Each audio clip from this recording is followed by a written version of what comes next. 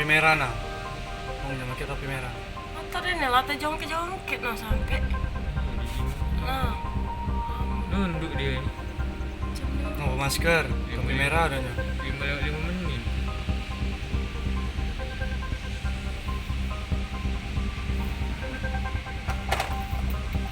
Jingok kan gini pas. Mas, Sini ngelapor apa? sini ngelapor kehilangan motor. Kehilangan di mana itu? Kehilangan di Alfamart. Alfamart. Kita karyawan Alfamart. Iya, karyawan. Cak mana tuh ceritanya pas hilang? Ceritanya pas jam 4 kan masih ada motor itu. Nah, Jam 5 aku keliling, aku menagi barang kan. sore. Pagi. Udah itu aku ke Kocok.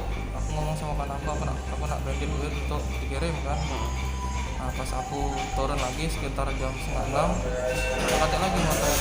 motor itu sudah dekat lagi. Iya.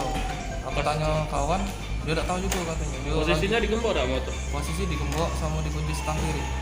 Kanan, kanan.